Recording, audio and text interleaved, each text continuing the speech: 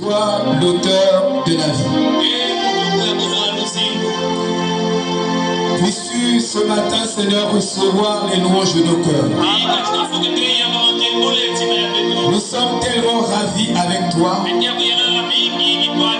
que nos cœurs te disent, sois béni, Seigneur. Sois élevé, Seigneur. Sois exalté, Seigneur. Sois remercié, Seigneur. Sois acclamé, Seigneur. Car tu es le Saint des Saints.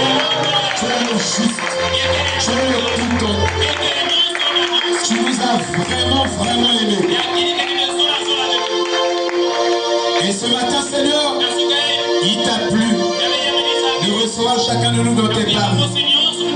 C'est pourquoi nous voulons vraiment, Seigneur, être au point de s'exalter avec ta parole, de rouler avec ta parole, parce que nous savons que dans cette parole se trouve la puissance de la résurrection, la puissance qui va ressusciter les morts en Christ, la puissance qui va changer les vivants en Christ. Et dans cette parole se trouvent tous les ingrédients qui permettent à mon frère ce matin de créer son propre corps glorifié. C'est pourquoi nous te louons, Seigneur, et nous te glorifions en abondance. Parce que nous savons que quand tu es au milieu de nous, nous ne pouvons pas repartir tel que nous sommes venus. Nous allons repartir dans une position supérieure.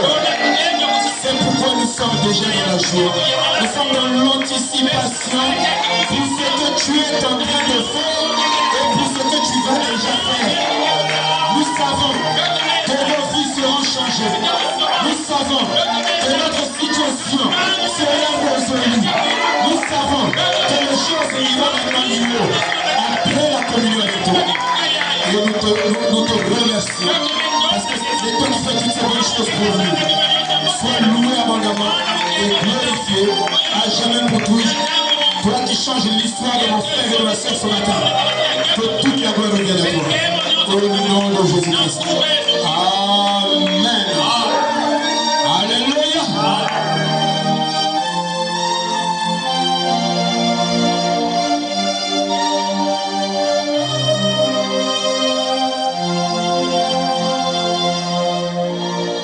Est-ce que vous vous sentez correctement bien?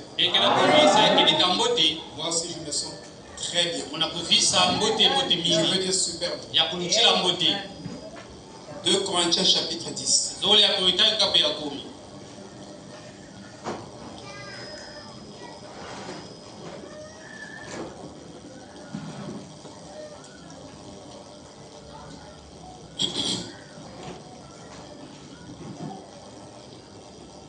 Corinthiens chapitre 10.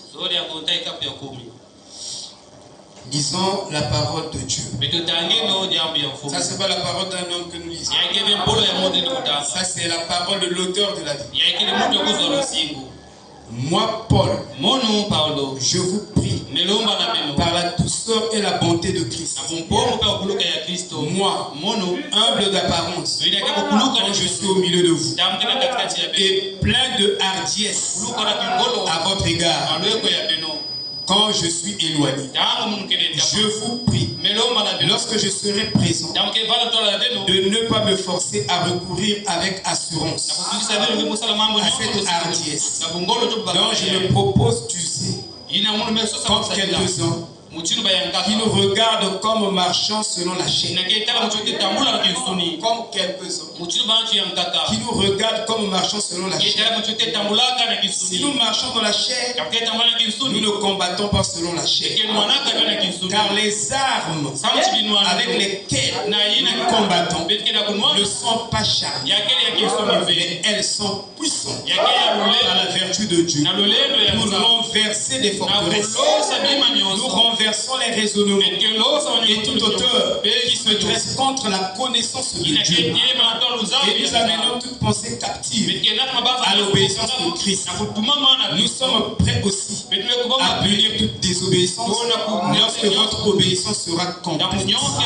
Que le Seigneur ajoute ses bénédictions à cette lecture. Shalom, shalom. Waouh, quelle lecture. Alléluia. Oh, je me sens très bien.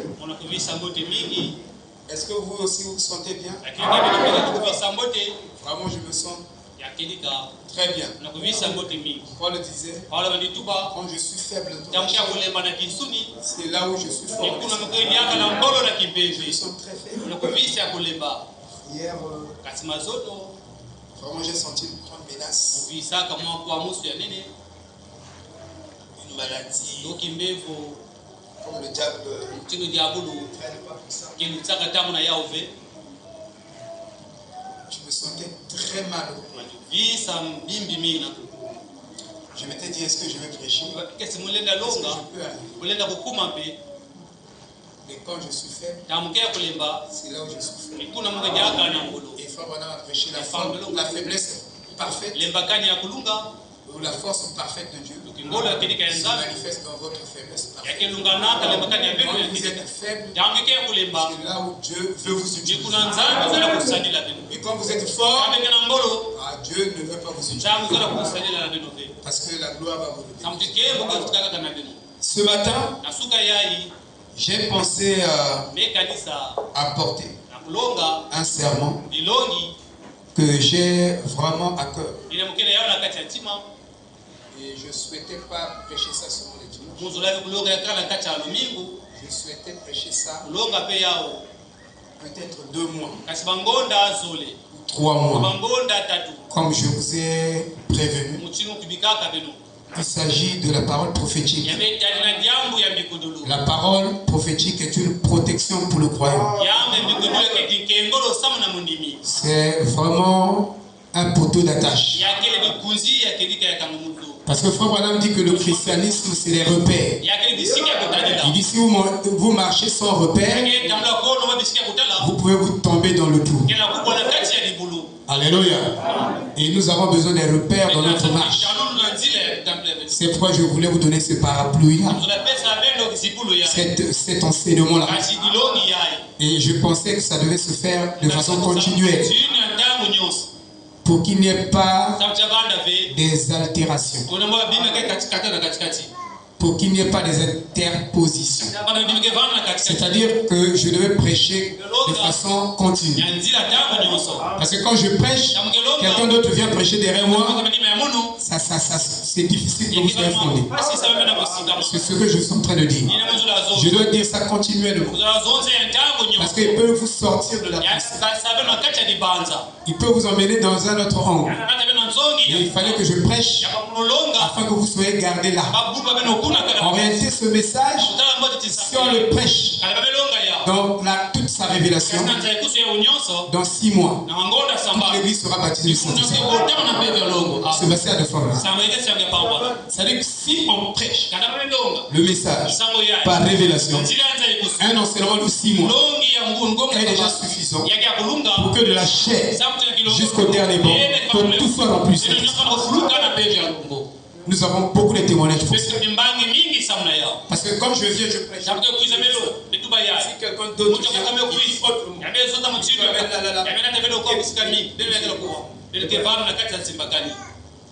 C'est pourquoi j'ai pitié de vous.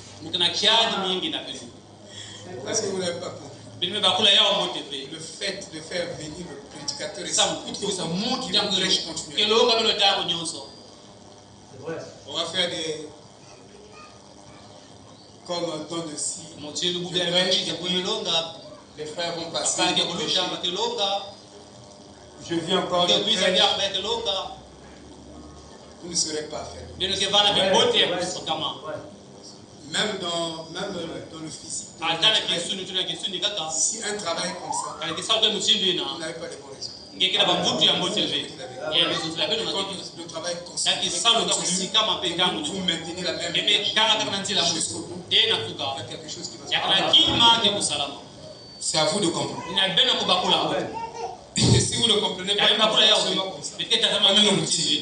mais ça vous aidera pas. Je vous dis. Alors, je veux prêcher sur l'œcuménisme et la séparation. Donc, je veux parler de l'œcuménisme.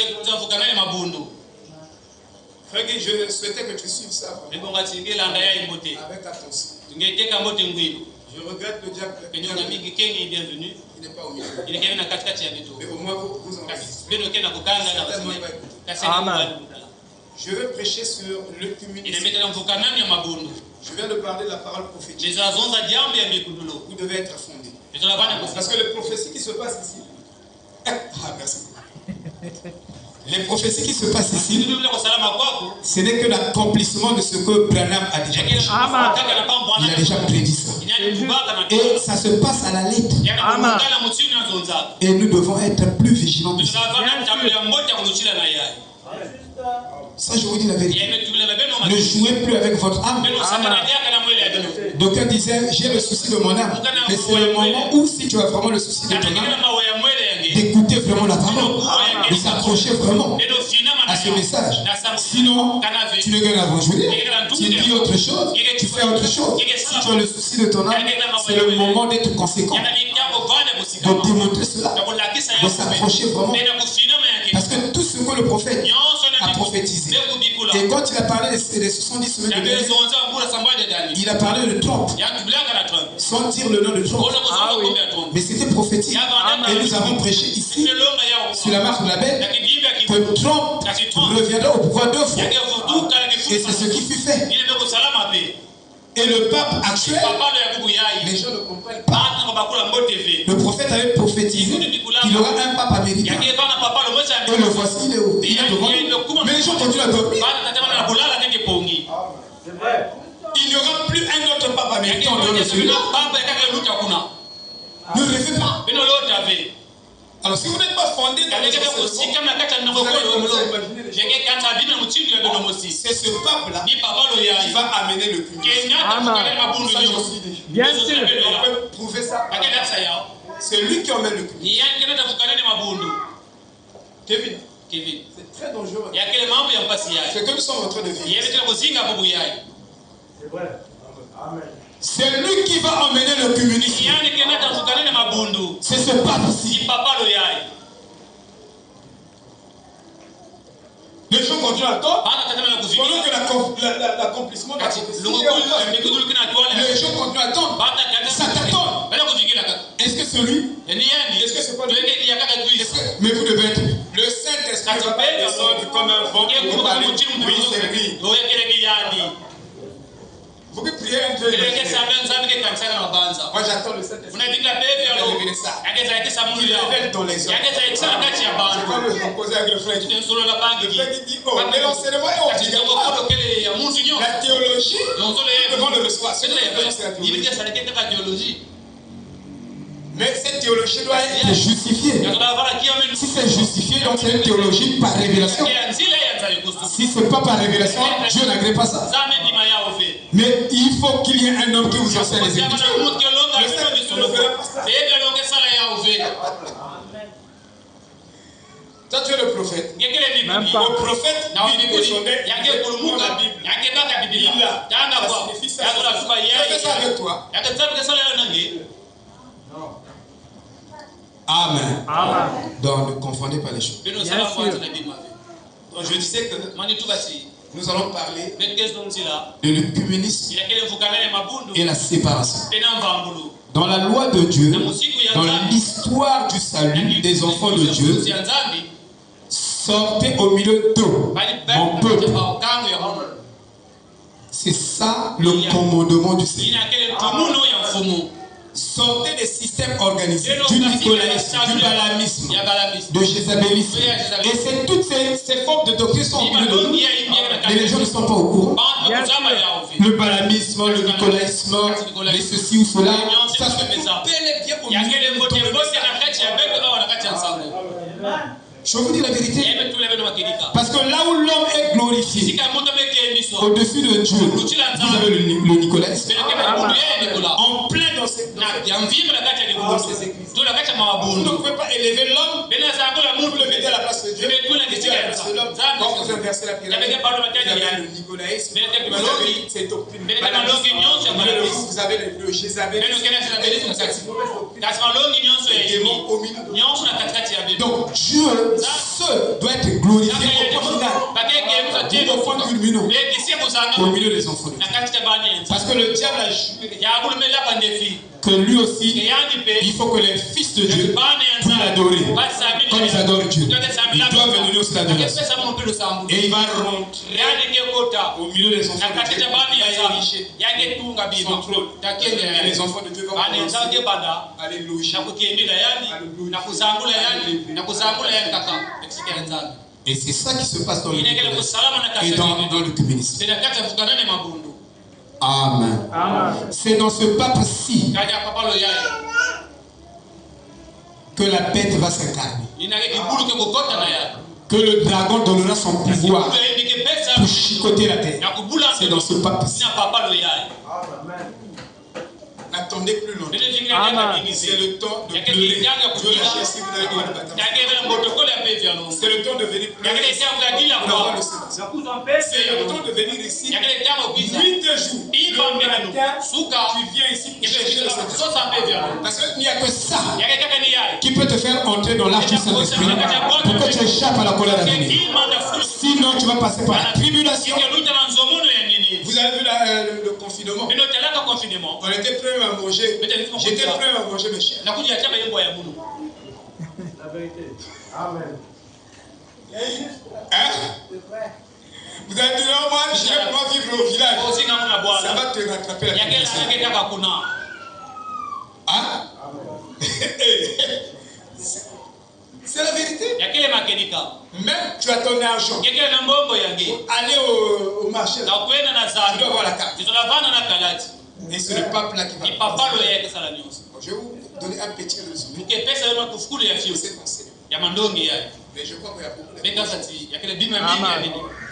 Alors, le prophète nous enseignait un gros principe. C'est ça que je veux parler ce matin. Mais avant d'y parler, je vais faire une introduction. Il nous a montré au travers de Caïn et Abel que Abel adorait Dieu et servait Dieu par révélation. Mais Caïn, lui, il adorait Dieu par les raisonnements. Donc, ils étaient différents.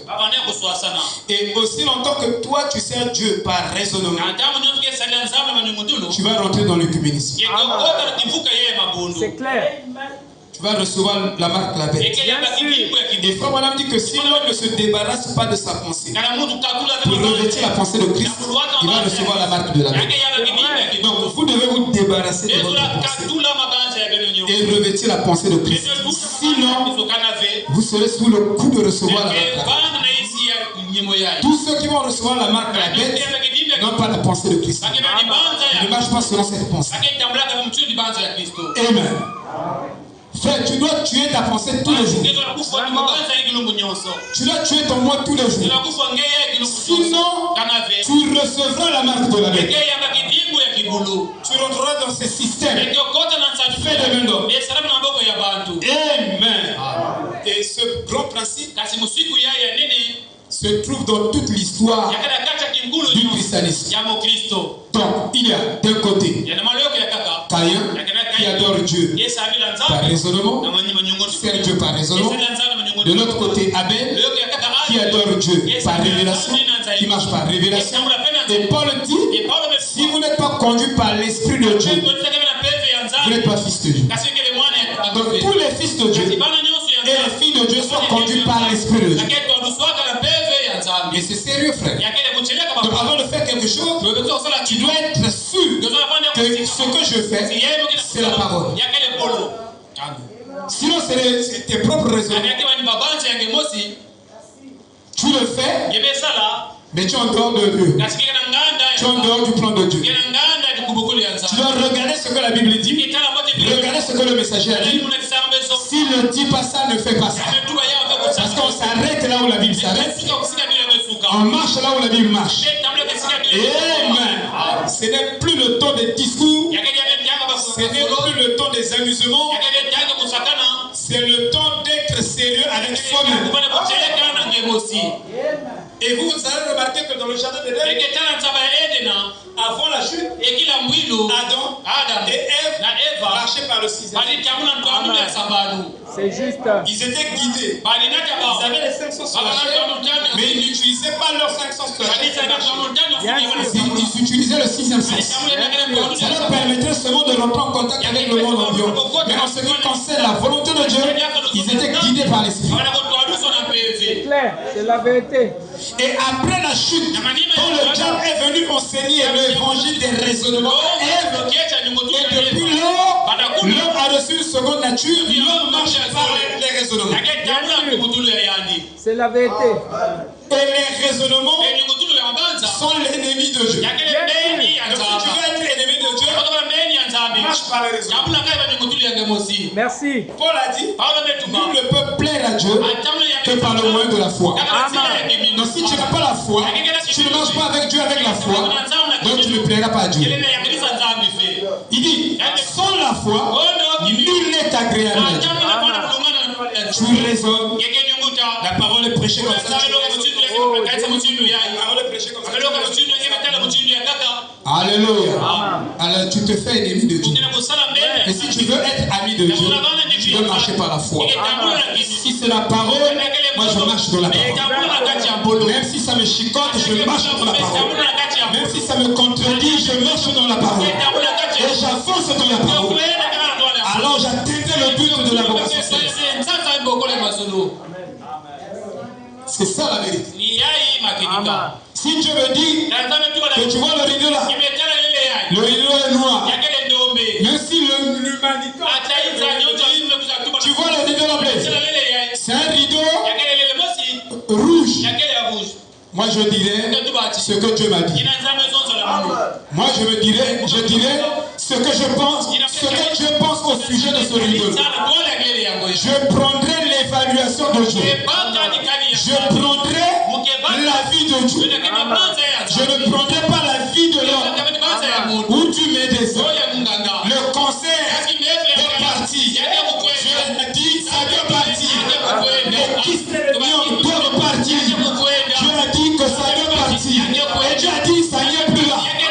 Même si le médecin dit que je vois ça ici. Et Dieu avait dit que ça n'est pas là. Moi je croyais Dieu, je ne croyais pas là. Alléluia. Amen. C'est ça la vérité. Je dois marcher avec l'évangile de la foi. Dieu a dit, j'ai pris tes malédictions, je les changées en bénédiction. Tu es un béni de l'Éternel. Si les choses ne marchent pas, ça s'écorce. Je dirais, je sais que mon Rédempteur est vrai. Il a dit qu'il a pris de malédiction et il a changé selon bénédiction. Donc je suis béni. Je suis béni, je marche en bénédiction. Je dois confesser cela jusqu'à ce que Dieu manifeste cela. Amen. Le grand problème, c'est que nous oublions que nous sommes aussi des agriculteurs. Un agriculteur, il a l'espérance que quand je sème, si j'arrosais, il y aura un jour le résultat. Donc, je crois, je confesse, tant que tu ne confesses pas ce que tu crois, ta foi ne va pas grandir. Tu n'obtiendras pas cette chose. Donc, si je crois quelque chose, je dois confesser cela. Plus je confesse, j'augmente ma foi sur cette progression. Et ça va se manifester. Parce que c'est en croyant du cœur et en confessant de la bouche qu'on arrive au salut. On a prié pour toi. Tu es parti. La chaleur augmente. Pour moi, c'est le gros signe que Dieu m'a déjà examiné. Amen. On prie pour toi. La douleur augmente. On prie pour toi. Les problèmes, les conflits augmentent. C'est le grand signe que Dieu te donne. Amen. Qu'il t'a déjà exaucé. Mais nous tombons dans les raisonnements. Quand on prie pour moi, les choses comme ça, c'est compliqué. Je suis allé chez le diacre. J'ai fini ma prière. Dès que je finis, Frère Romain, j'ai fini ma prière. Je tourne le dos. Je reviens à la maison. Derrière moi, le diable va venir comme ça. Pas le même jour. Les jours qui passent. Le serpent. Dans leur passé. Le diable l'a tué. Il avait même peur de dire à sa femme. Et si vous m'invitez chez vous, vous allez remarquer ceci. Moi j'ai remarqué ça. Que les démons qui étaient chez vous ne se manifestaient pas. Après la prière, bien loin de l'éternel, vous verrez que ces choses qui étaient cachées commencent à sortir. Ça c'est mon expérience. Je vous dis ça. Parce que vous pouvez avoir des trucs. Mais il faut une onction supérieure. Donc l'onction n'est pas là. Les choses là vont rester là. Il faut une grande onction. Un homme consacré. Et quand il fait la prière, c'est pourquoi vous deviez inviter le pasteur.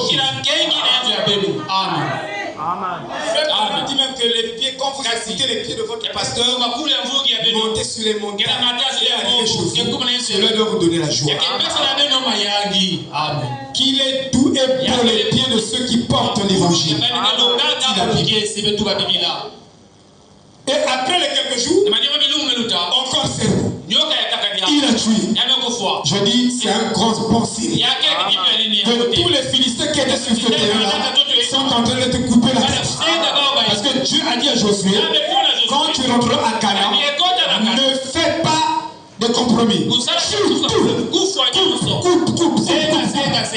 Et je vous dis que c'est une bénédiction que d'avoir des hommes à côté de vous pour prononcer la parole et ces esprits se camoufler dans les ténèbres seront dévoilés et vous allez les abattre. Sinon, ils sont là en train de vous ronger, en train de vous attaquer. Mais comme ils sont spécialistes dans le déguisement, ils ne vous donneront pas leur identité. Amen. Mais il faut, quand vous impose les mains, même si la maladie était cachée, j'ai fait cette expérience. Quand je me vois, la tête me fait mal. Pendant que je prie, je me dis non, ce n'est pas la tête, c'est le ventre. Je dis, dans ma prière, je dis que les mots de ventre le quittent. La personne dit que non, mais celui-là c'est un fou. Je dis mot de tête, il dit au mot de ventre. Et on finit la prière, frère. La personne peut constater que le ventre commence à faire. Donc c'était un démon qui était là caché, qui ne voulait pas donner son identité, mais il est démasqué par la puissance de l'onction de la prière. Amen. Amen. Oh là là. Je suis allé en voyage. Quand nous parlons du nouveau pape,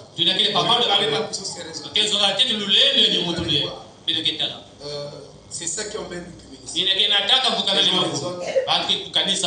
Vous êtes des bouddhistes, des shintoïstes.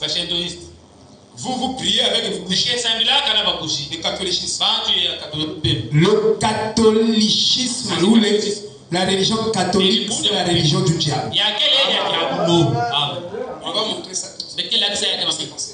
C'est la religion du diable. Ça n'a rien à voir avec Dieu. Ça, je vous dis. Je ne dis pas que ceux qui sont là-bas sont du diable. C'est très différent. Parce que quand vous parlez, vous ne devez pas mélanger les pédales. Il ne faut pas mélanger les choses. Et l'évangile doit être prêché avec clarté. Chat par chat. Si je vous donne une vérité, et je ne donne pas les contextes de cette vérité, vous n'allez pas grandir dans la foi.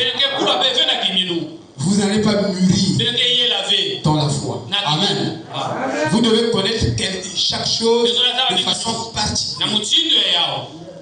L'Éden de Satan. Au paragraphe 54. Donc, c'est ce qui a produit ce grand Éden dans lequel ils vivent actuellement. L'Éden d'un monde ecclésiastique. Les églises s'unissent toutes maintenant dans le grand conseil œcuménique. Et elles vont former l'église mondiale. Toutes vont se réunir sous un seul chef. Et le chef de toutes les églises, c'est le pape. Toutes ces églises-là vont s'unir. En dehors de ceux-là qui ont reçu Malachie 4. Amen. Est-ce que vous me suivez? C'est très capital. Il dit, alors que Satan sera mis sur un trône. Alors que Satan sera mis sur un trône. Exactement. Et le dernier appel est lancé. Dans le dernier compte à rebours. Pour atteindre l'épouse. Avant qu'elle n'entre là-dessus. Avant que les églises s'unissent. Pour former le communisme solidement. Et que la bête, avant que la bête s'incarne dans le pape, l'épouse sera déjà enlevée. C'est ça notre espérance. L'épouse ne sera plus jamais ici. L'épouse sera déjà enlevée. Avant que la bête s'incarne, la bête ne va pas s'incarner dans le pape pendant que l'épouse est là. Vous devez bien suivre la parole. Pendant que tu es là, le Saint-Esprit est là. Amen. Et quand ce Saint-Esprit va s'incarner, alors l'épouse avec le Saint-Esprit ira dans l'enlèvement. Et derrière, la bête va s'incarner dans le pape pour appliquer la marque de la bête. Bien sûr. Donc, la présence de l'épouse empêche beaucoup de choses de s'accomplir sur cette terre. Des mauvaises choses. Dans votre présence, arrête les guerres. Bien sûr. Même dans votre famille. Merci. Seulement ta présence arrête les morts. Amen. Les gens peuvent mourir comme ça. Pas du monde naturel. Mais puisque vous êtes là, votre prière arrête ça. Alléluia. Oh, soyez. Vous n'êtes pas n'importe qui frère. Car une fois là-dedans, elle a pris la marque de la bête et est condamnée. Elle n'en sortira jamais. C'est pour cette raison qu'il est dit, sortez du milieu d'eux, mon peuple, avant que tout cela aboutisse là-dedans. Avec lui. Voyez-vous, sortez du milieu d'eux et séparez-vous. C'est pourquoi nous prêchons le communisme et la séparation. Donc c'est un temps de séparation. C'est un temps où vous devez vous séparer avec votre propre incrédulité. Avec vos propres raisonnements sur la parole. Séparez-vous. Amen. Et entrez pleinement en Christ. Est-ce que vous voyez? Est-ce que vous comprenez? Question et réponse COD de 1964. Paragraphe 86. Page 248. Frère Branham dit ceci. Le troisième point, c'est de prononcer la parole. Le troisième point, c'est de prononcer la parole. Le troisième point, c'est l'ouverture de toute la parole. Qu'est-ce que le septième son? C'est le troisième point. C'est l'ouverture de toute la parole. C'est l'ouverture de tous les mystères. Il y a des mystères que vous devez connaître. Il dit ces vérités mystères, prêchées littéralement, amènera Christ en vous. Donc il y a des vérités mystères. Par exemple, il y a le mystère du changement. Il y a plusieurs mystères. Mais vous devez comprendre que plus j'écoute la parole, je participe à un mystère. Je participe à un mystère du changement. Donc je passe De la chenille au papillon. Ce mystère. Vous comprenez? Donc nous ici, nous sommes en train de participer à beaucoup de mystères sans qu'on se rende compte. Mais puisque nous ne comprenons pas les vérités sur ces mystères, donc on ne comprend pas que nous sommes déjà dans le mystère. Bien sûr. Il y a le mystère de la création de votre corps glorifié que vous-même vous créez. Et vous êtes en train de participer à ce mystère, mais quand vous n'avez pas l'enseignement sur ce mystère, vous ne comprenez pas comment vous devez entrer dans ce mystère. Et vous êtes en train de participer déjà dans ce mystère, mais vous n'êtes pas au courant. Et on doit vous enseigner. Amen. Il y a le mystère du royaume de Dieu. Je vous dis que le royaume de Dieu ne vient pas de manière à frapper les regards, mais il est déjà au milieu de nous. Quand le Saint-Esprit est là, la colonne de feu est là, le royaume de Dieu est déjà au milieu. Il y a la présence personnelle de Jésus-Christ parmi nous. Amen. C'est la vérité. Jésus est déjà au milieu de nous. Personnellement. Amen. Oh là là, que Dieu nous aide. Merci Seigneur. Il viendra un temps dans cette nation où cette nation exercera tout le pouvoir que la bête. Il viendra un temps. L'image de la bête. Où cette nation, la bête, c'est Vatican. L'image de la bête, c'est les États-Unis. Il viendra un temps où cette nation exercera tout le pouvoir que la bête avait eu. Mais comment? Comment cette nation exerçait tout le pouvoir que la bête avait eu? La bête a exercé son pouvoir dans Babylone. Vous voyez? Ça c'est l'église catholique. Vatican. C'est la bête. Et quand vous voyez la structuration de Vatican, tel que Vatican est construit, même nos maisons ont des significations ésotériques.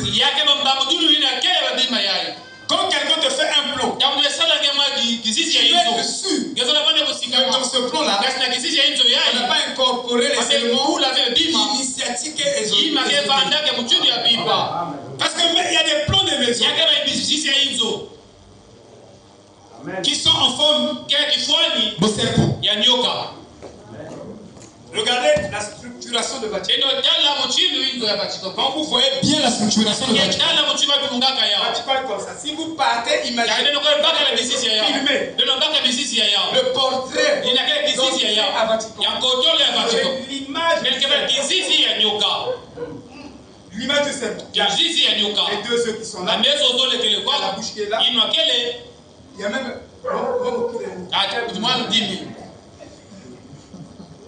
et les deux yeux. Ça c'est Vatican. Et quand vous prenez Vatican, vous le rapprochez avec l'image du serpent. À peu près la structuration. Mais les gens ne sont pas au courant de ça. C'est très juste. Frère Branham, il partait. C'était en campagne. Vous pensez que même les maisons là, mais même les maisons là, ont un état d'esprit. Vous louez une maison où avant que vous ne veniez, le monsieur là, le propriétaire était un franc-maçon, un magicien, un sorcier, tout ça. Et il travaille avec ses symboles. Et il a mis ses symboles dans la maison et quand vous venez. Mais ces trucs-là ont des rapports avec les esprits. C'est des contrats, c'est des liens. Et ces esprits-là visent celui-là, ont celui-là. Et ils viennent constamment. Vous en foutez. Je vous dis la vérité.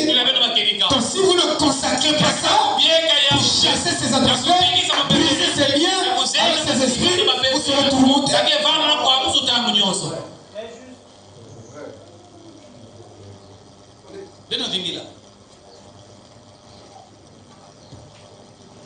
Quand je vous dis, vous devez suivre cet enseignement. Vous devez avoir la connaissance de la Bible. Il dit, cette nation, c'est-à-dire la Rome païenne, quand elle est devenue la Rome papale, voyez-vous, cette nation le feu. Les fondateurs des États-Unis, les pères fondateurs des États-Unis, ils étaient contre la religion catholique. Strictement. Si tu étais catholique, tu ne pouvais pas voter. Bien sûr. Ça, je vous dis. Même la constitution des pères, des anciens pères des États-Unis, vous ne verrez jamais les articles des catholiques insérés à l'intérieur de la religion païenne. On appelait le catholicisme la religion des païens. C'est vrai. Et ils ont changé ce mot de veste. Mais ils n'ont pas changé de personnalité. Changer de veste ne signifie pas changer de personnalité. Vous avez la même chose sous une autre veste. C'est la même chose sous une autre veste. Mais c'est la même chose au départ. Parce que ça a changé ce mot de veste. Mais c'est la même chose. C'est comme aujourd'hui dans le message. Beaucoup de gens sont venus dans le message. Ils sont toujours païens. Vraiment.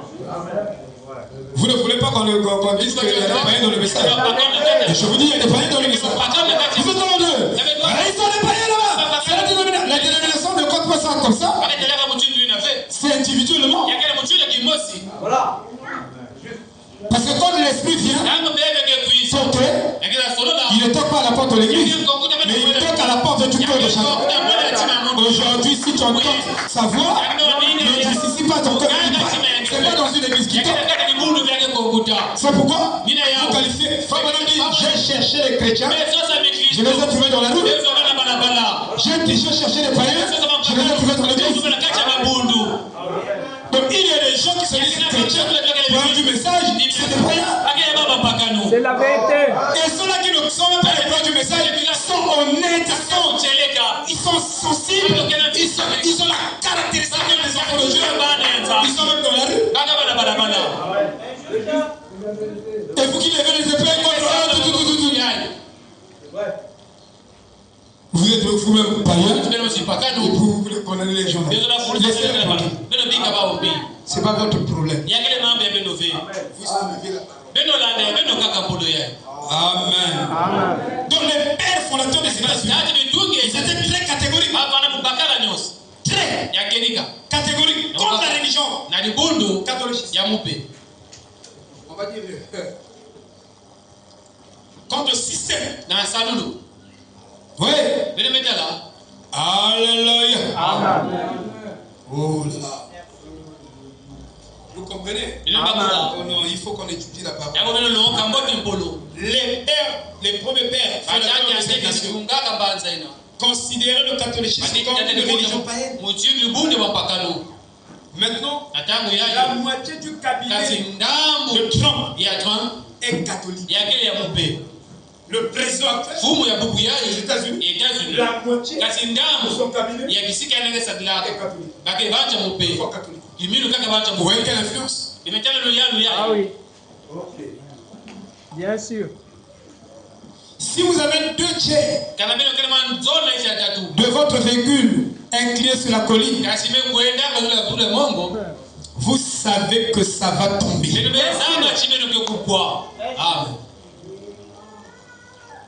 Amen. Amen. Si vous avez 2 tiers de l'église qui sont des païens, cette église-là aura des problèmes dans la marche. Je pose la question. Nous avons comme le pourcentage des vrais chrétiens. Si on a 2 tiers de l'église qui sont moins chauds, vous verrez que cette église est comme l'église de la mort.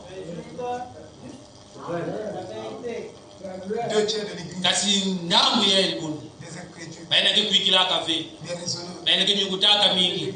Libundu ya ngo. Ne va pas pédaler vers le Yake kwenda bemi. Ah. Parce que l'arbre tombe toujours du côté où il est penché. Ishike kubwaki sika limekulala. Il faut que les 2 tiers de l'église soient des vrais croyants. En ce moment-là, ils vont dominer sur le 1 tiers et les entraîner. Alléluia. Vous écoutez la parole. C'est les vérités. Parce que c'est quelqu'un qui prêche. C'est bienvenu. Ou le Brazzavillois. Mais c'est quoi ton affaire? On t'a dit que la parole prêcher ça. Porter la paix sur Dieu nous a donné ton monde. Que si cette parole est dans la bouche d'un frère, quand il prononce, si c'est la parole ne soyez pas des pharisiens. On prêche à une église de pharisiens. De la moitié du cabinet de Trump et catholique. C'est déjà compliqué. Après, vous attendez quoi? Non, l'enlèvement chantez pour vous. L'enlèvement je ne peux pas ajourner ça comme ça. Quand je vois déjà ceci là, je dois être conséquent. Amen. Apocalypse 13. Kevin, tu as bien fait. Apocalypse 13. Amen. Il n'y a que les élus qui vont voir la prophétie. Ça s'accomplit devant nos yeux. Et pour d'autres, ça toujours voir. Je vous dis. Mais que vos yeux soient déployés. Alléluia. Que vous comprenez qu'il y a le temps. Il y a le temps de se préparer. Si madame est sérieux, si tu montais le que madame dit, après l'ouverture des cieux, le juste deviendra encore plus juste. Il dit le méchant deviendra encore plus méchant. Quand la prophétie s'accomplit et que vous ne voyez pas l'accomplissement de la prophétie, vous serez encore pire. Vous allez vous éloigner de Dieu. Ce n'est plus le temps de s'amuser. Ça, ce n'est plus la récréation. La récréation est finie. Vous voyez? Dans Apocalypse 13, il est dit qu'il y a une bête qui montait de la terre. Vous lirez ça dans Apocalypse 13. Et cette bête-là était les États-Unis. Et il y a une bête qui monte de l'eau. Dans Apocalypse 13. Et cette bête-là, c'est l'église catholique.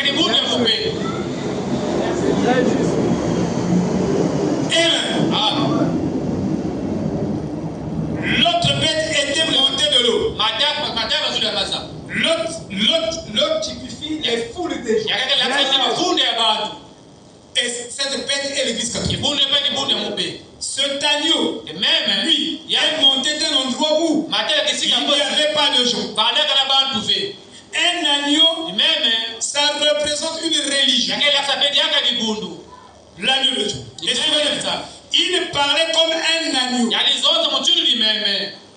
L'église catholique, et plutôt les États-Unis d'Amérique, dans sa constitution, il y avait la liberté des personnes et d'expression. Dans sa constitution. Mais au fur et à mesure que nous partons, que les prophéties s'accomplissent, on est en train de faire de telles restrictions. Les gens pouvaient amener la Bible dans les lieux publics. Et ils étaient centrés là. Comme le Père, tout était basé sur la parole. Mais maintenant, il y a des lois qui les érigent, qui retirent la Bible dans les Républiques. Et si on vous voit avec la Bible, on frappe. Il n'y a plus la liberté. Il n'y a plus la liberté de religion. Ça devient la dictature. Et l'Église catholique est une religion forcée. C'est une religion. C'est Hippone, un certain pape, avant Léon, qui avait dit, dans l'Église catholique bien sûr, Hippone a dit que si les gens n'acceptent pas le catholicisme, on va les forcer d'accepter le catholicisme. On va les frapper jusqu'à mort. Jusqu'à ce qu'ils vont dire, oh, je suis, maintenant, je vais accepter l'église catholique. Je vous salue Marie, plein de grâce. Il dit il faut les frapper. Et il parle dit avec un mensonge. Il dit je prends une écriture pour vous donner, vous les catholiques, que notre religion vient de Dieu. C'est Dieu qui nous demande de faire ça. Vous voyez Paul, Jésus était forcé de le taper, de le chicoter, de l'aveugler, de le forcer à accepter le christianisme. Donc nous aussi, nous allons marcher sur les traces, alléluia, de Dieu, qui a forcé Paul. Et toute religion forcée le diable à le Dieu. Moi je prends le message, je ne peux pas aller dire amen. Moi pour te donner 100 minutes, quitte l'Angélès. Il y a des frères du message qui font ça. Ils forcent ses parents à devenir les frères du message. Ça c'est la dictature. Ça n'est pas dans la loi de Dieu. Ils doivent croire à leur propre liberté. Bien sûr. C'est correct. Ils doivent choisir leur voie librement. Et il y a des pasteurs qui viennent que si vous ne croyez pas que moi j'ai l'ange de l'Éternel, je vais vous livrer au diable. Lui aussi, c'est un catholique. Qui veut dire amen? Comme ça, bienvenue au diable. C'est la vérité. Je peux venir ici pour faire même une pensée. Moi je prêche. Si vous voulez, vous jetez. Je ne viendrai pas. Je n'irai pas au ciel. Vous n'avez pas dit. Non, acclamons. Je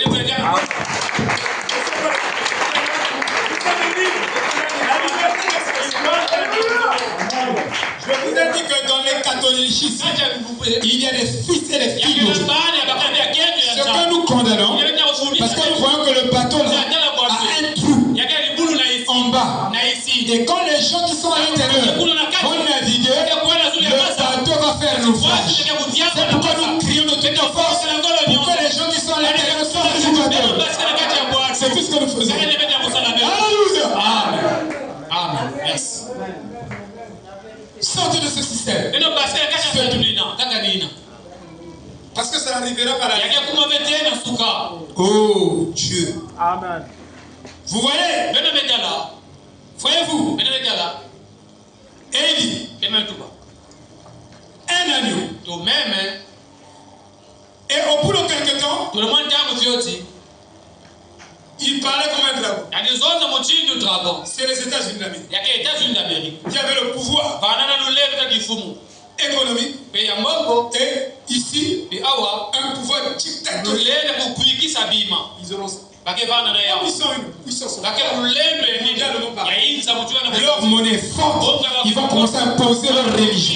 Puisque le pape est là-bas, il est un pape américain, ils vont commencer à imposer à toutes les nations qui sont sous leur domination, parce que c'est eux la puissance, l'hégémonie économique, c'est eux qui ont été.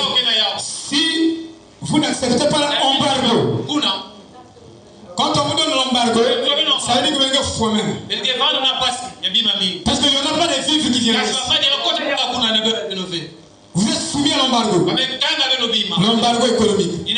Donc vous ne pouvez pas importer les denrées, les biens à l'extérieur. Là, le camion quelquefois, si vous avez l'embargo, vous ne pouvez pas aller sur le marché international privé de ça. Embargo complet. Économie comparable. Ils ont le droit de veto, ils peuvent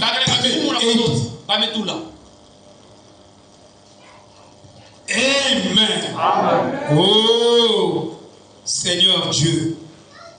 Il dit, une dénomination romaine, une dénomination protestante, une image à la bête, créer un pouvoir qui exerce une contrainte sur les protestants, un genre d'union. On vous contraint, on vous donne des conditions. Ça c'est la religion du diable. Pour te bénir, tu dois pacter. Ça c'est la franc-maçonnerie. Tu dois signer avec ton sang. Va dans les toilettes. Blesse-toi. Fais-toi blesser. Le sang là. Tu écris. Que moi, je vais être disciple de telle religion. Tout. Allez, poste ça. Dans les toilettes. Toilettes comme poste. Les toilettes deviennent un poste. Il y a un courrier.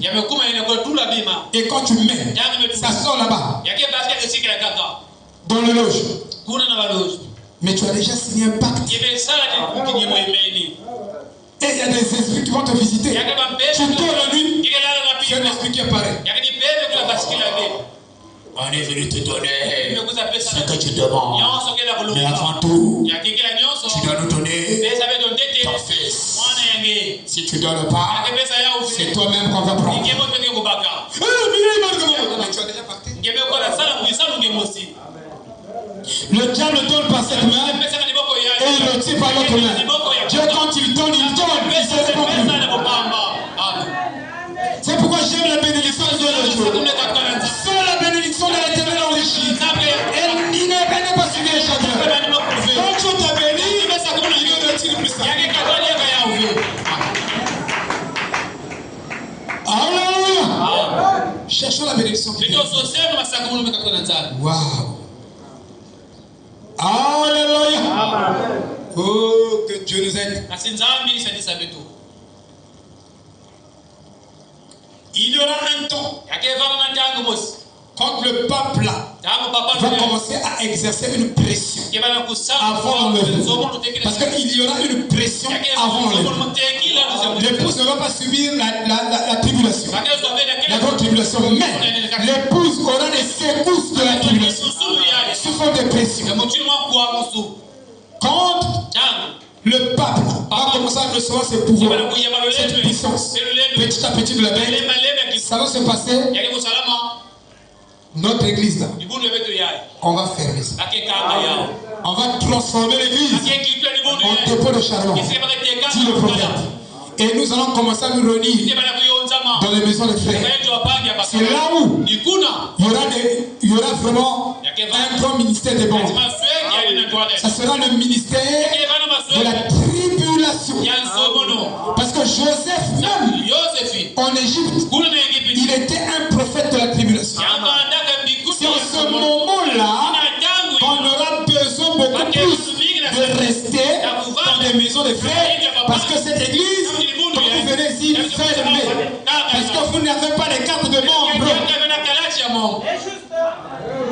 Vous devez avoir la carte catholique pour exercer la communion fraternelle.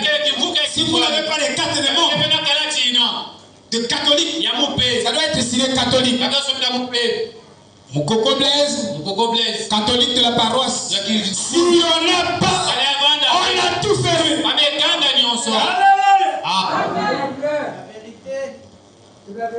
Vous comprenez? Et le prophète nous a prophétisé ces choses. Les choses qui vont bientôt arriver. Vous devez surveiller ces choses. Et cette pression-là, quand il y aura la pression, surveillez le troisième jour. Quand on va fermer les églises, quand on va fermer ceci, surveillez le troisième jour.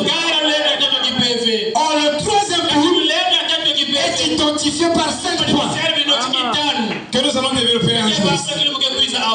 Surveillez ces points.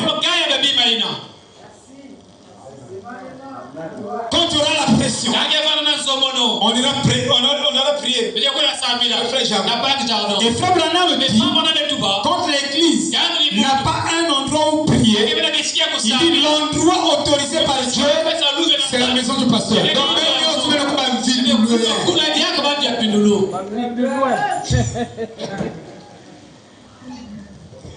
c'est pourquoi, quand il y avait Covid ici, vous savez, quand il y avait le confinement, vous venez chez moi à la maison.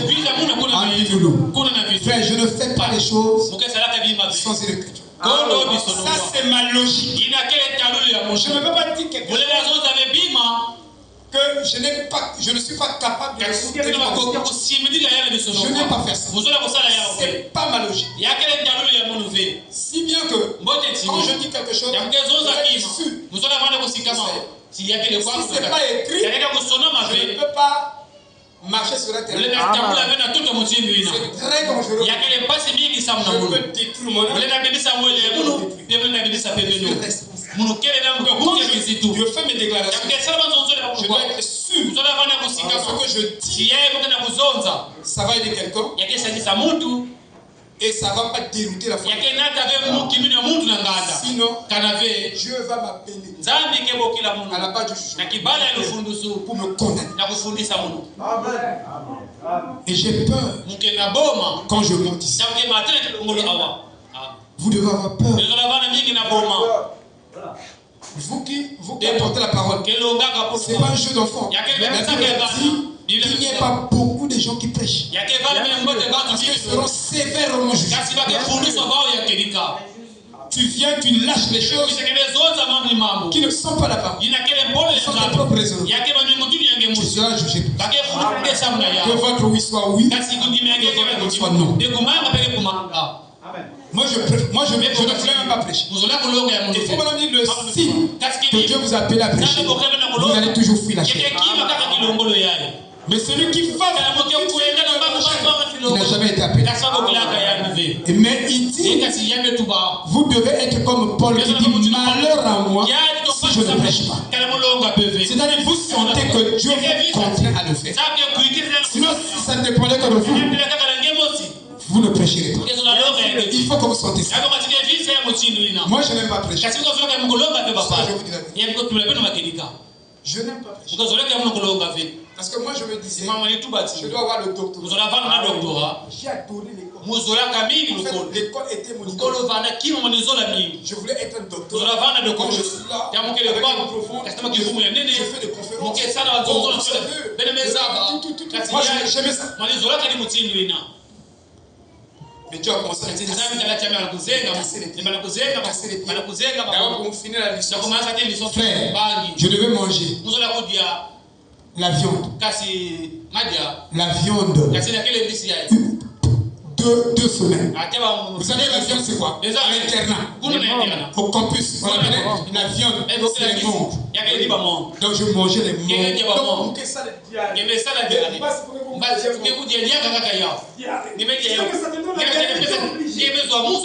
Ah oui. Frère Sylvain, toi tu es résisté à présent. J'avais peur de présent. Prépare la présent pour faire la maîtrise. Moi, non.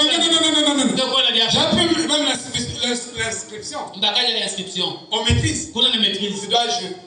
Mais quand je remarque, je veux que ça te dise. Ça va dire. Restez avec votre maîtrise. Alléluia. Je vous dis que si tu les études à Brazza là, tous ceux qui ont fait Brazza, chapeau. Je les respecte. Si je me dis va à Brazza, vous comprenez, frère? Et moi je voulais être j'ai mon agrégation. Je fais mes conférences. J'ai beaucoup d'argent. Mais nul ne choisit son chemin. En fait, nul ne choisit son destin. Il y a un destin prédestiné que Dieu vous impose. Que vous le voulez ou non, Dieu vous impose ce destin. Et il vous fait passer par les chemins que vous ne voulez pas. Oui. Il vous impose un Ya destin. de kukisabe no mwanzila. C'est ça qu'on appelle la Yebeke prédestination. bokilaka no kubukulu ya Nzambi. Tu fabriques ton destin. Dieu vient, il te rattrape, il te pose. Sa volonté. Tu voulais être un docteur. Je dis non. Moi, je veux que tu sois pasteur au niveau. De la parole. Un pécheur, non. Va pécher les autres. Amen. C'est dur. Donc, quand vous verrez la pression arriver, quand nous allons commencer à nous retrouver dans les maisons de frères, on va dire, ah, la personne a vécu, on forme des équipes. Bon, ceux qui sont dans la zone de frères, communiez là-bas. Ceux qui sont dans la zone de frères, communiez là-bas.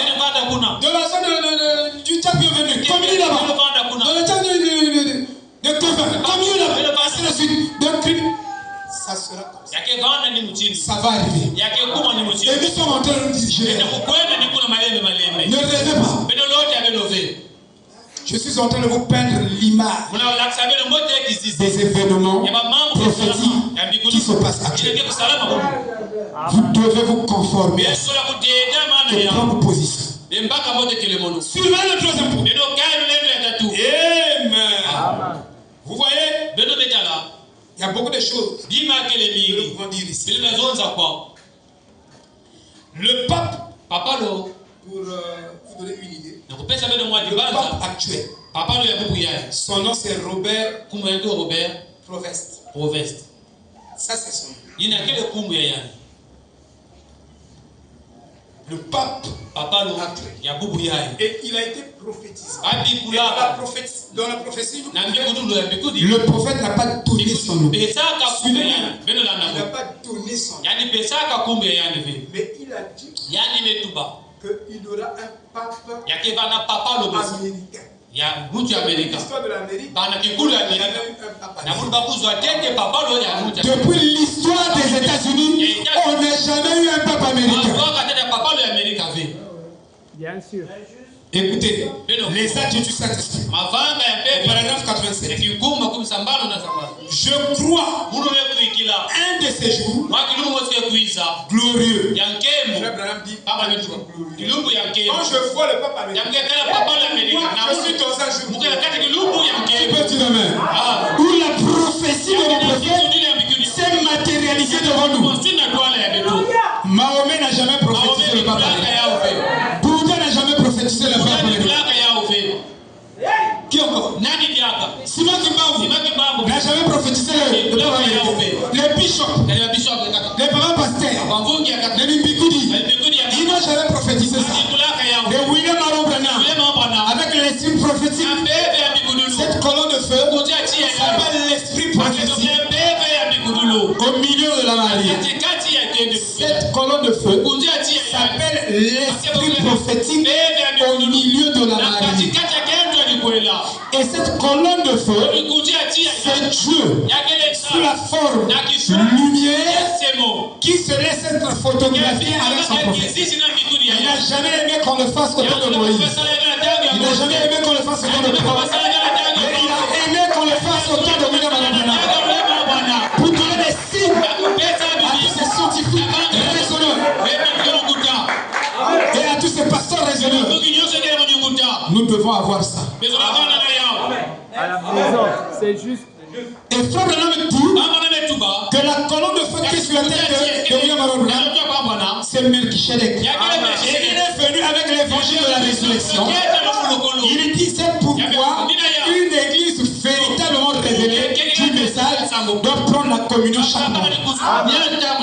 Pour montrer les symboles que Melchisedec a fait avec Abraham, il le fait avec la postérité d'Abraham, qui est en Jésus-Christ réellement, qui a reçu la rédemption dans sa totalité de sa vie. C'est très juste. Et Abraham, c'était une pratique comme au nom du Seigneur. Qu'on devait prendre la communion. Vous devez fournir de l'argent chaque fin du mois. Que quelqu'un vienne avec les raisins. vous déposez ici, nous devons prendre la Sainte Seine pour rappeler que Melchizedek est au milieu de nous. Il se partage sa nature divine avec nous. Amen. Et Frère Branham dit que les diacres qui ne donnent pas la communion, vous devez les renvoyer. En fait, vous devez les renvoyer. Parce qu'ils ne font pas bien leur travail.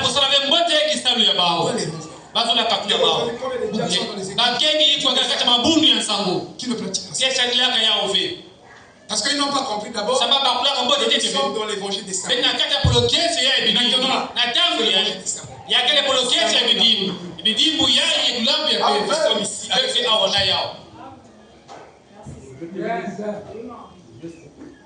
Vous dites le sang. Oui, le sang a ouvert la voie à cet évangile.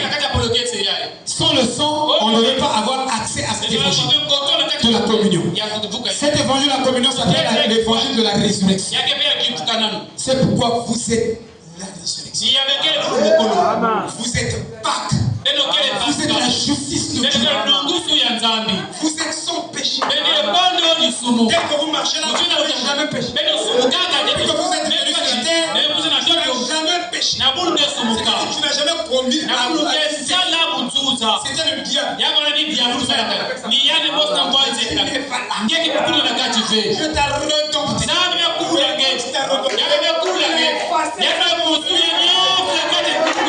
Au ciel, le péché n'existe pas. Ah, vous fouillez, vous n'aura pas. Dans le livre de vie, vous n'avez jamais péché. Pour commencer, tu n'es pas un pécheur. Si tu es encore pécheur, c'est que le sang de Jésus est inefficace.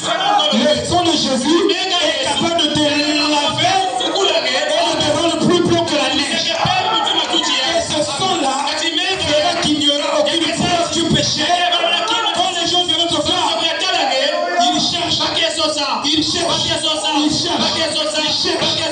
ne trouveront pas. Tu n'as jamais péché.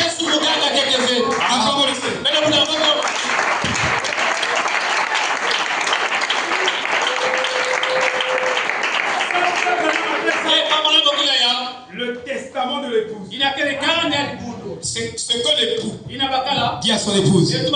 Tu es belle. Tu n'as jamais péché. C'est très juste. Amen. Vous comprenez, frère? Ça donne des vertiges.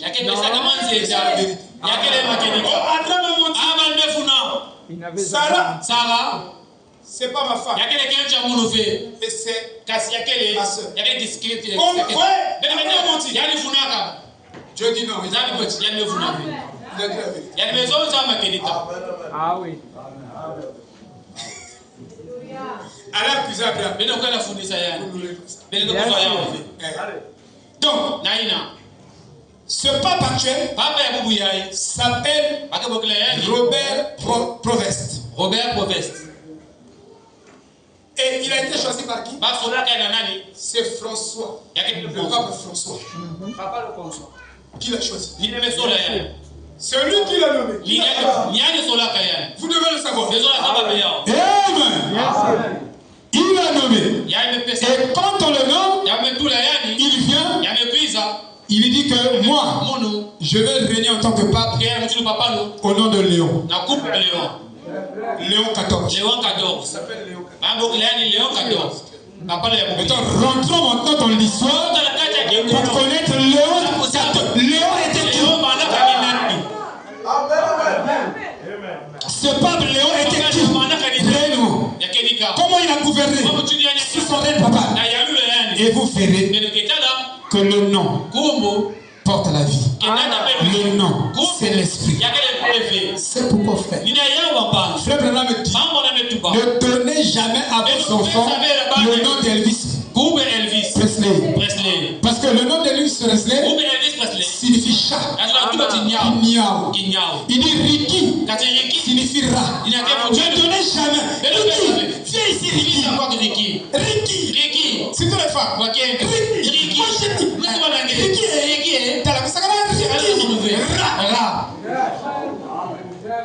Et Frère Branham dit que Léon. C'est Léon qui avait ordonné la tuerie des protestants. Tous ceux qui résistaient, qui ne voulaient pas devenir catholiques, Léon les a tués. Et Frère Branham l'appelait rat. Bien sûr. Que Léon était un rat. Donc le pape actuel, c'est un rat. Mais le pape.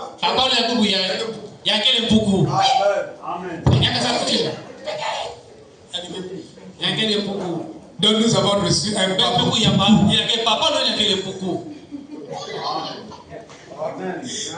Même les petits enfants. C'est le pape beaucoup là qui va appliquer la marque de la Bible. Amen. Attendez, je vais vous lire. C'est un pape. Il a pris le nom de vous. C'est Frère Branham qui dit. Tout ce que Frère Branham dit.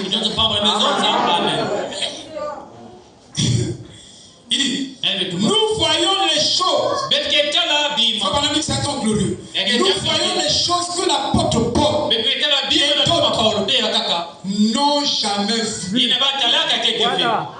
Aujourd'hui, les gens prêchent le passé. Si tu ne prêches pas ce que Branham dit, Donc tu prêches le passé. Parce que c'est Branham qui rend la Bible actuelle. L'actualité de la Bible, c'est le message de Branham. C'est ça l'actualité de la Bible. Il y a des gens qui prêchent. je lis la Bible, tu ne peux pas comprendre ce que dit Sans les lunettes du prophète. Tu peux plutôt lire. Tu vois que c'est écrit comme ça. le prophète dit. En réalité, ceci voulait dire ça. Amen. Il est l'interprète divin de la Moi je suis accro au prophète. Mariage collé. Pantalon à la ceinture. Et c'est ça qui fait ma force. Je ne plus. Je suis jamais dans les mouvements des gens. J'aime les amis que j'ai donnés. En ce qui concerne la foi, je suis seul. Je vous dis la vérité. Je ne partage pas tes idées. Ça c'est toi. Il pense comme ça. Moi je prends la parole. Je ne prends pas les raisonnements. Il dit, quand cette confédération unie de l'Église se réunira et que le nouveau pape, c'est pas même qui dit, et que le nouveau pape, avant qu'il prêche, nous sommes en 1954. Et regardez 1954, 2025. Étudiez. Il donne la prophétie. Il dit, le nouveau pape sera issu des États-Unis et placé là-bas selon la prophétie. Alors ils formeront une image de la paix. C'est maintenant qu'on va former maintenant l'image de la paix. Alléluia. Oh my. Alors d'accord, vous voyez, ils formeront une image de la paix. Et moi je vous le dis, la véritable église de Dieu sera amenée à se rassembler. Amen. Mais regardez pour l'église est distraite.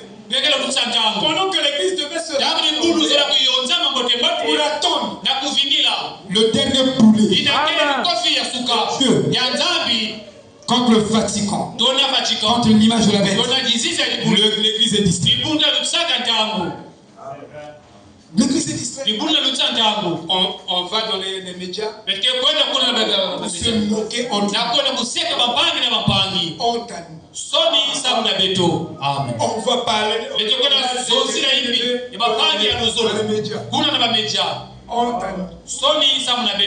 là, Satan est au repos. Il se repose tranquille.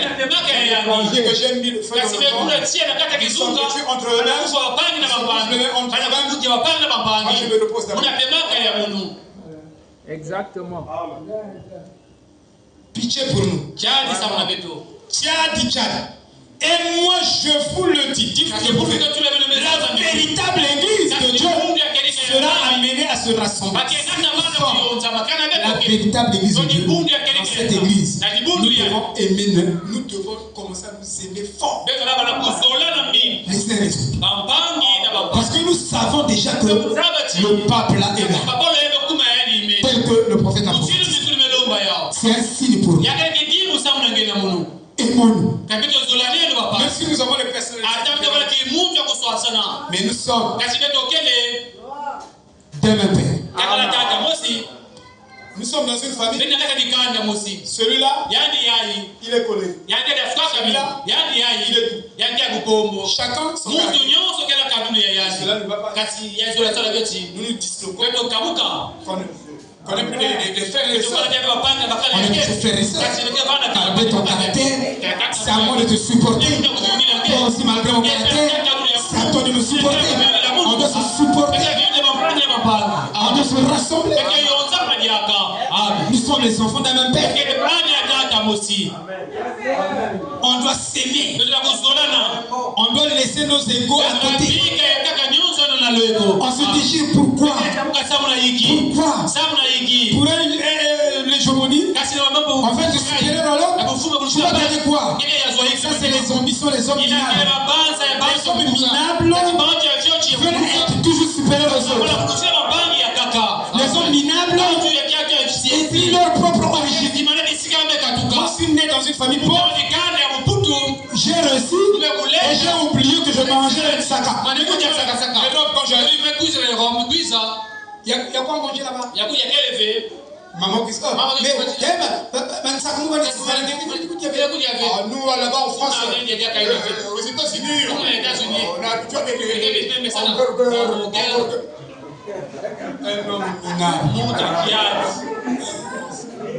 Avec les ambitions des parvenus.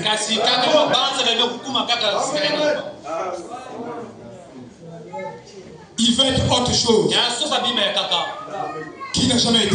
Il veut se distinguer de son propre groupe d'origine, les faibles commencements. Donc il veut être quelque chose d'autre. Non. Même si nous avant que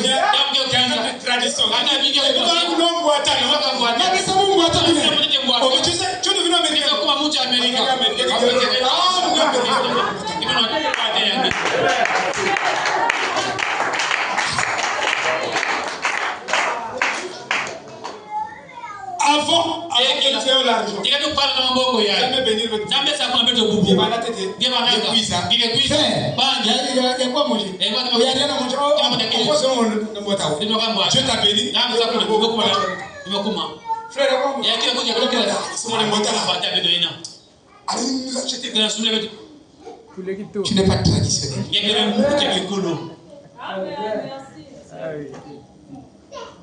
J'ai créé un roman comme ça. Tout ce que je vous raconte là. J'ai créé un roman comme ça. Quelqu'un est parvenu. Regardez les comportements. Bidon. Quand tu manges ça, tu chantes. Maintenant là, tu es un homme minable. En fait, tu ne coûtes pas cher. Tu es moins cher. Tu oublies tes origines. Frère, tu oublies tes origines. Moi, j'ai suivi. Je suis les films de Kouf.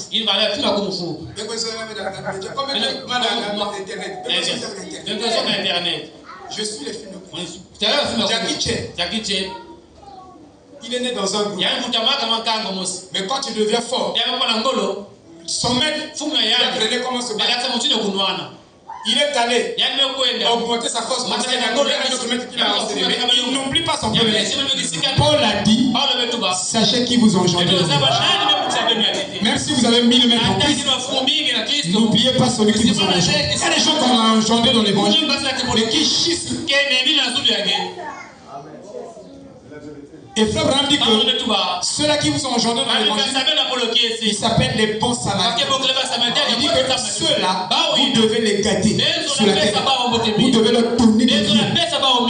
Vous devez leur donner des avantages. Mon père m'a mis au monde. Mon ami pentecôtiste m'a dit, je dois les gaspiller par la bénédiction. Il emploie, il dit, je dois le gaspiller par la bénédiction. Donc je viens. Je sais que mon âme a vécu la parole à cause de cet homme. Si je tiens bon, si le marteau a pété, cet homme-là a fait quelque chose pour moi. Il me soutient. Cet homme-là, je dois le gaspiller. Il faut quand je viens, je le bénisse de telle sorte que je le gaspille même. Il dit, ah non, tu m'as trop payé. Je le gaspille. Monsieur Hervé, il dit, je le gaspille par la bénédiction. Je suis reconnaissant. Il a fait quelque chose pour ma marche. Tu dois le gaspiller. Double verset.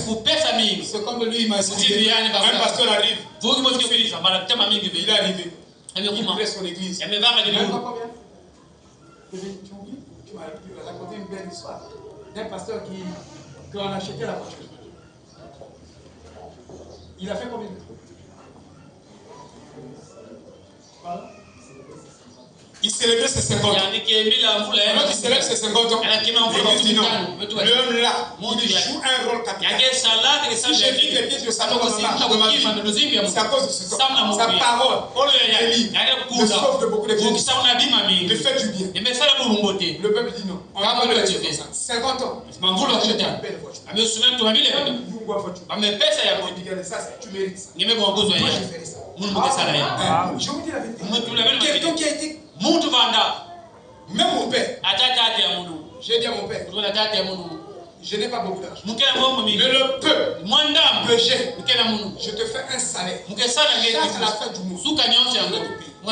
Même la petite soeur qui m'a suivi, je travaillais à l'intérieur. J'avais une prime chaque samedi, une prime en tant qu'enseignant, une prime de 16 000. J'ai dit à ma soeur, comment elle est la prime là. Comme don, c'est ton salaire. Dès qu'on me paye ça, je courais vite. Je quittais Goyo. Je venais la payer. Les gens sont différents. Il y a des cœurs. C'est-à-dire qu'il y a des cœurs qui aiment Dieu. Et son bonhomme dit, la parole est venue avec lui. Tu ne peux pas séparer la parole. Si tu sépares la parole, donc si tu crois la parole, tu dois faire ça. Ça c'est lié. Mais si tu dis que tu aimes la parole, et tu ne fais pas les sacrifices, c'est que tu ne crois pas la parole. C'est comme si tu dis que j'ai mon frère, il a un lien. Je vous dis, en celui qui aime la parole, s'il aime vraiment, forcément, il va aimer. La preuve, vous n'aimez pas les frères, c'est que vous n'aimez pas la parole. Dieu seul fait parole, tu n'aimes pas tes frères. Tu te soucies pas des frères. Tu te soucies pas des sœurs. Dans le message, je vous ai dit que les gens sont devenus capitalistes. Et c'est l'esprit là aussi. Ils sont accros au bien matériel. Ça, c'est des choses que vous trouvez ici. Tu n'emportes la personne. Je dois utiliser ça. Bénir les enfants. Si ce n'est pas ça, la bénédiction là. Moi j'ai ma voiture. Si tu vas dans telle direction, vous allez brûler carburant. Ça c'est moi, ma position. Je te mets à l'intérieur, je te bats, je te dépose. J'ai acheté ça pour mes frères dans la foi. Pour mes soeurs dans la foi. Regardez les francs-maçons fait comme ça. Ils donnent des avantages à leurs frères, à leurs soeurs. Vous ne connaissez pas Dieu. Vous n'avez pas assez de paroles en vous. Si vous avez beaucoup de paroles en vous, vous allez quitter le matérialisme. Vous allez prendre votre vocation comme le fils de Dieu. Si, je vous dis ceci. Je suis enseignant. Mais étant enseignant, Dieu m'a appelé aussi. On appelle ça la vocation céleste. Parce que le travail est différent. Maintenant, quand j'enseigne en tant qu'enseignant, je dois avoir la compassion. Si je suis pas enseignant, je commence à coucher ces enfants-là. Ça veut dire que je ne fais pas ma vocation. Je suis assassin. Je suis démon. Dites amen. Parce que je suis en train de dire, mais Dieu m'a appelé. Si je suis chauffeur, Dieu t'a appelé à être chauffeur. C'est aussi un appel dans l'adoption. Mais tu dois conduire ta voiture en insultant le client. Quand tu le fais, tu n'es pas dans la vocation. Et cette église est en train de tendre vers le matérialisme. On n'aime pas qu'on parle de l'argent. Dès que tu parles de l'argent,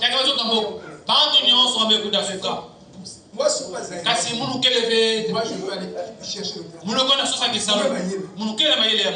Parce que moi, j'ai déposé mon dossier. On m'a pris sans test. Je peux aller. Mais si je ne prêche pas, j'aurai des problèmes. Ma licence. Je n'arrive pas. Je vais là-bas. Les autres viennent, ils trouvent. Mais pas moi. Quand j'arrive, je fais le dossier, ça disparaît. J'ai un problème avec Dieu. Tu vois, puisque il veut que je le sais, il se mêle dans mes affaires. Si je ne veux pas faire ça, et c'est compliqué. Moi, je vous dis, vous qui êtes appelés, votre vie ne sera pas facile. Si réellement vous avez, vous n'allez pas vivre vos propres pensées. Ça sera compliqué. C'est très compliqué. Amen. Dans le pape actuel, il a pris le nom. Mais il faut voir dans l'histoire. On va parler de l'histoire de l'Église. Vous allez voir ce que Léon a fait. Des dégâts. Et c'est ce que le pape a fait. Parce que le nom, c'est la nature. C'est pourquoi la Bible dit, dans l'âge de Pergame, vous recevrez un nouveau nom qui sera écrit sur le caillou blanc. Le caillou blanc. Donc, votre nouvelle nature. Le caillou blanc, c'est votre nouvelle nature. Le nom, c'est la nature. Quelquefois, madame dit, le nom, c'est le baptême saint. Votre nouveau nom, c'est le baptême saint. Donc, sachez quel nom donner à vos enfants. Frère, madame dit, j'ai pris un exemple du Jack bienvenu. Il y a eu beaucoup de révélations. Kevin, tout le monde, ils ont donné à leur première fille Adassa. Ça y est dans la Bible. Il dit, pourquoi j'ai donné Billy Paul, le nom de Billy Paul? Billy, pour honorer nos noms. Paul. Il dit que Paul, pour honorer les saints. Quand vous donnez le nom à votre enfant, vous donnez un nom. Eliakim. Ça, c'est le nom de Dieu. Il faut donner à vos enfants. Le vrai va. Même si tu dis divin. Je ne sais pas si c'est un nom biblique. Qu'est-ce qui s'appelle divin dans la Bible? Divine. Qui s'appelle divine dans la Bible? Je ne suis pas contre. J'ai dit ce que le prophète nous dit. Moi, je m'en fous de ce que nous disons. Tu peux avoir des bonnes pensées. Si le prophète me dit autre chose, moi je pense. Il faut donner à vos enfants. 7. C'est un nom biblique. Et 7, c'est la résurrection d'Abel. C'est la résurrection d'Abel. Amen. Eliel, sagesse, miracle. Ouais, si vous pouvez donner comment il dit, pour appuyer, c'est bon. Mais Eliel, c'est biblique. Donner des noms bibliques. Amen. Si vous prenez par exemple un enfant qui s'appelait Joseph, vous donnez à votre enfant, vous verrez que souvent les frères sont contre lui.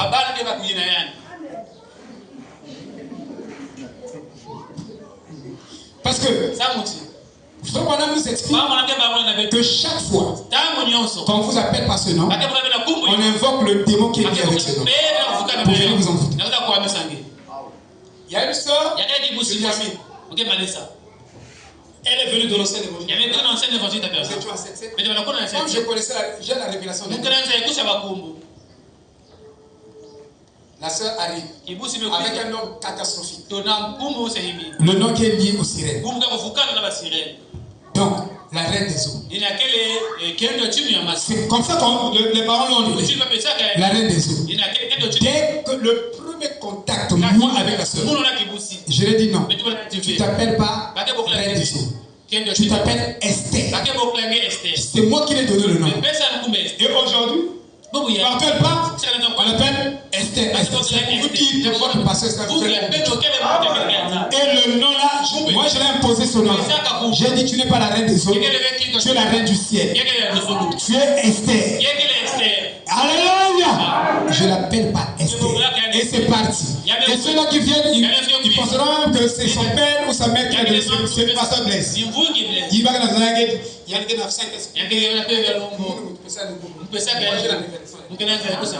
et chaque fois que vous appelez quelqu'un par ce nom, vous êtes en train de le oindre. Vous le oignez. C'est un nom d'échec. Le frère avant était venu. Mampassi. Moi, tu n'es pas mon couille. Je parle ça. Mampassi, je parle ça. J'ai dit, toi tu t'appelles Bonheur Arnaud. J'ai dit, toi tu es la famille Bonheur. Et Dieu m'avait montré. On priait. J'ai vu le frère venir avec une grosse mallette. Pénie. Rempli d'argent. J'ai dit, frère, on avait dormi un mois à l'église. Je me levais. J'ai dit, frère, je t'ai vu. Tu seras la bénédiction de ta famille. Mais aujourd'hui, comme ils vont maintenant sur les montants, oh non, Dieu m'a béni, Dieu m'a béni. Non, Dieu t'avait déjà béni. Ça, c'est le mensonge. Ça, j'appelle ça le commerce des églises. Nous faisons croire que parce que tu es chez nous, maintenant tu vas te jeter là-bas, tu es venu chez nous, là où tu es béni. Il était déjà béni à longtemps. J'ai béni Israël. Et l'apôtre Paul dit, vous êtes bénis avant la fondation du monde. Shalom. Shalom, shalom.